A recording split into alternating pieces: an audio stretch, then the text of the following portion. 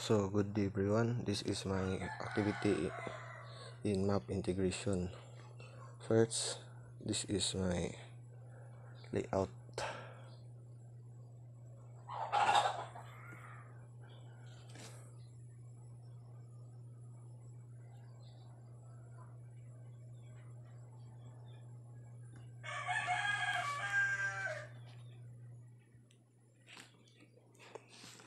Siya, matong activity map .xml the contact relative layout kariyatang kan sa map fragment tanggi ko na itong container view kani sa search bar kani edited text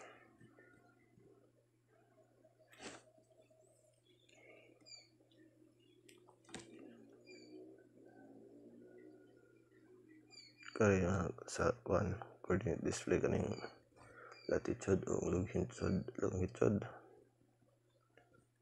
ay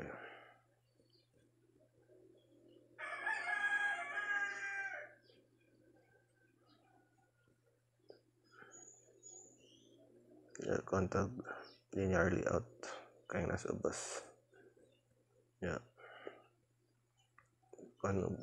button sa may location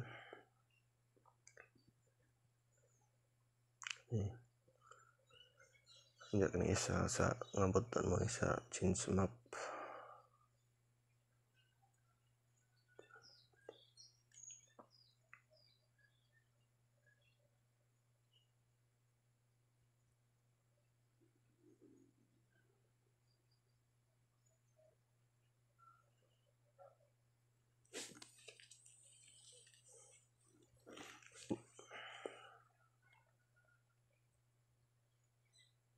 ang manalitas map activity in Java naniibot na ang mga logic sa mapa matang package kung dagangon maps app ito mga import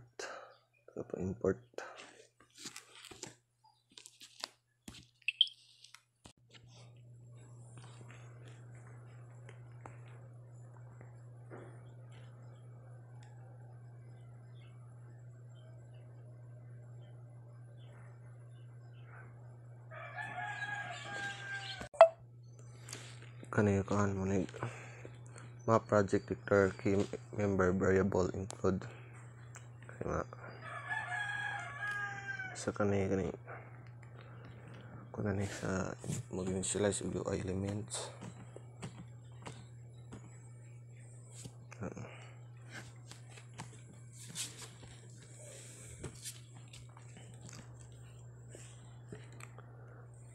area not read sa not read kan katong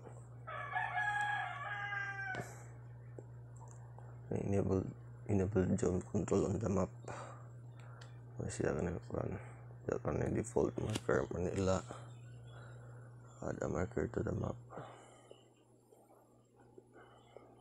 can move the camera to a specific location with jump erase enable click to add marker and calculate distance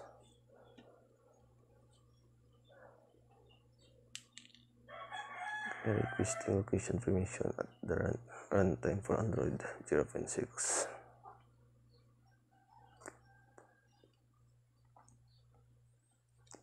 Access file location is used for GPS label accuracy.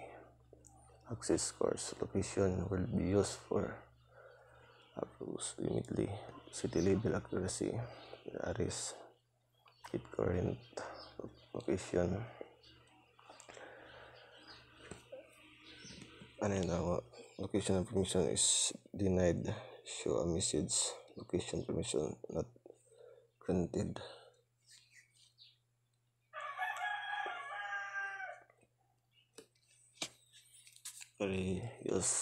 Use location client to get the current map accuracy location. Represent a point with latitude and longitude. Then custom your marker at the current location. Can you move the camera to current location?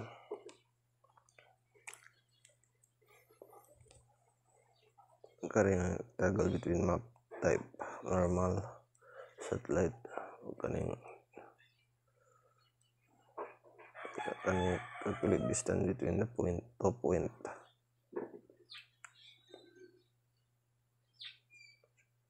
Kaning search location using geocoder, convert name o coordinates.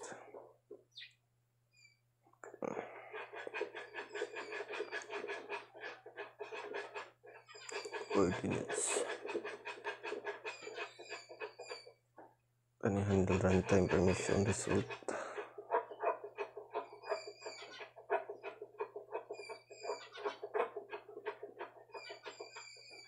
User denied permission show post.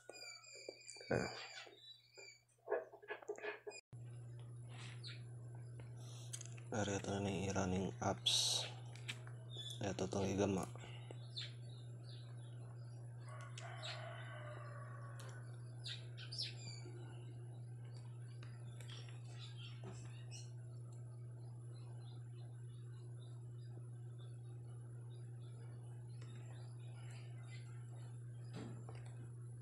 Kutan sila itong pumani sila.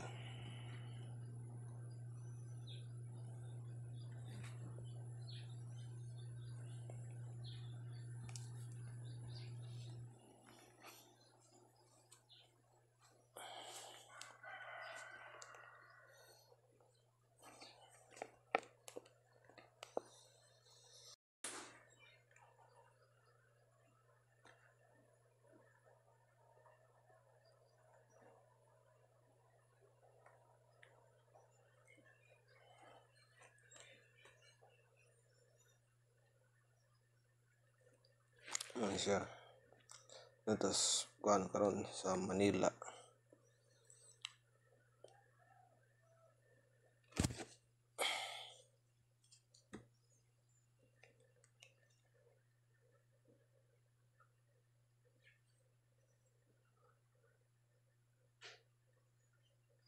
Karon dito kan may location dito Hagna.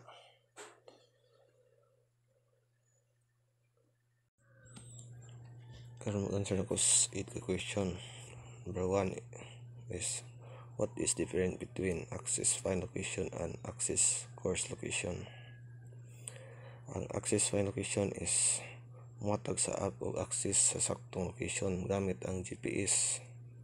Ang access course location is muhatag sa apps o approximate na location gikan sa Wi-Fi or cell tower. Number 2, why do we need request permission at runtime? Starting with Android 0.6 Marshmallow, dangerous permission like location need to be requested at runtime para mas kontrolado sa user kung unsang permission ang ilang ihatag sa mga apps. Number 3, what is Fuse location provider client and why use it? One is a Google Play service API that provides a unified way to get location updates. One, para mahatag ang pinakamaayong accuracy o battery efficiency. Mas maayo ni siya gamiton compared sa old location API. Number 4, what do you add a marker on Google Maps? Use the add marker method of the Google Map object.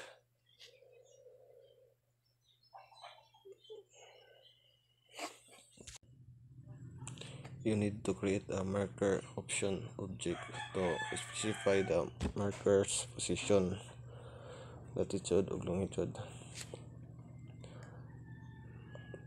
Title and others properties. Number 5, what is latitude and longitude? What does it represent? That 1 is a class in the map in the Google Map API that present a geographical point using latitude and longitude coordinates. Number 6, how do you move the camera to a specific location? Gamiton nimo ang move camera, open and close or unlimited camera method sa Google Map object. Maghimo ka og camera update object gamit ang camera update factory para i-specify ang bagong camera position gamit ang latitude o longitude o zoom level. Number 7, what happens if the location permission is denied? Kung ang location permission gi-deny or deny, ang imong app dili maka-access sa location, you should handle this gracefully by informing the user that the feature requires location permission o paghatag og alternative nga pamagi para magamit ang apps. Kung pwede nga wala location, possible nga i-direct ang user sa app setting para i-grant ang permission. Number 8, how do you enable zoom control on the map? Enable nimo ang zoom control pinaagi sa pagtawag sa mmap.get UI settings. Let's set zoom control enable. This will display zoom in, zoom out buttons on the map. That's all. Thank you.